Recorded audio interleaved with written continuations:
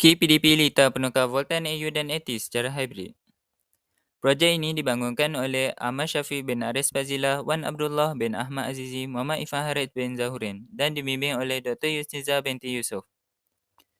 Projek ini dibangunkan sebagai alat bantuan mengajar ABM untuk memudahkan sesi pengajaran dan pembelajaran khusus Lita dan peranti elektronik kuasa yang kebiasaannya dijalankan secara konvensional. Key hybrid ini bertujuan untuk memudahkan pelajar memahami kendalian dan fungsi lita elektronik yang berbeza-beza dengan lebih pantas melalui kaedah plug and play. Umumnya, pelajar akan membina lita tersebut di atas lita PCB dan perlu dipatri bagi memastikan kefungsian lita tersebut sama ada baik atau tidak. Oleh itu, masa yang lama diperlukan untuk menyiapkan lita tersebut. Alternatif lain adalah pelajar tidak perlu memasang komponen pada PCB board, sebaliknya menggunakan breadboard sahaja untuk membina satu lita yang lengkap. Kaedah ini lebih cepat kerana pelajar tidak perlu mematri lita. Namun kedua-dua jenis board ini mempunyai aliran keterusan arus yang berbeza, maka penelitian dan kecekapan pelajar sangat diperlukan pada fasa ini. Kajian awal telah dijalankan ke atas pelajar Diploma Teknologi Elektrik Kohort 2020 mendapati bahawa majoriti pelajar, 60% bersetuju mereka mengambil masa yang lama untuk mengenal pasti komponen elektronik.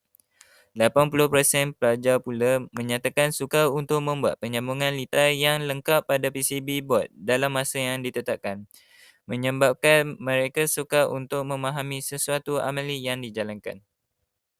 Selain itu, kami juga mendapati terdapat kit sedia ada yang menggunakan kaedah plug and play di bengkel teknologi elektrik di kolej vokasional lain.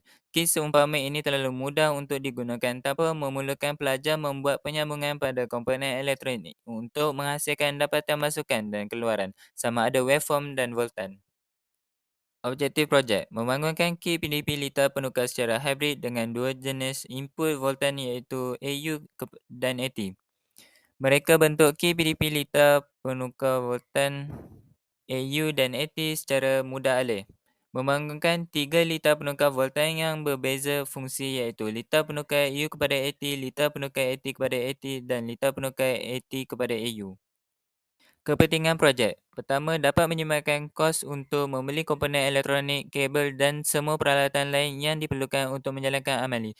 Kedua, projek yang dibangunkan dapat memudahkan sesi pengajaran dan pembelajaran khasnya untuk khusus lita dan peranti elektronik kuasa. Ketiga, kit ini dapat menyumbangkan masa pelaksanaan amali dalam aspek penyediaan bahan sehingga amali selesai dijalankan. Bagi lita pertama iaitu lita penukar AU kepada AT apabila voltan 220 volt AU diberikan sebagai voltan masukan, voltan keluaran yang dihasilkan adalah jenis AT sebanyak 5 volt, 9 volt atau 12 volt bergantung kepada pilihan voltan keluaran yang diperlukan. Lita kedua, lita penukar AT kepada AT, voltan masukan adalah sebanyak 12 volt AT manakala voltan keluaran yang dihasilkan adalah sebanyak 5 volt AT. Lita penukar ini adalah jenis lita penukar langkah turun. Lita ketiga, lita penukar AT kepada AU, voltan masukan 12 volt AT dibekalkan voltan keluaran yang diperoleh adalah sebanyak 220 volt AU. Kesimpulan, berdasarkan dapatan projek yang diperolehi, kit PDP lita penukar voltan AU dan AT secara hybrid ini amat sesuai dijadikan sebagai alat bantuan mengajar yang lebih berkesan kerana bukan sahaja mudah digunakan, malah mudah dibawa ke mana sahaja kerana binaannya yang ringan dan lengkap dengan kedua-dua jenis voltan masukan yang diperlukan.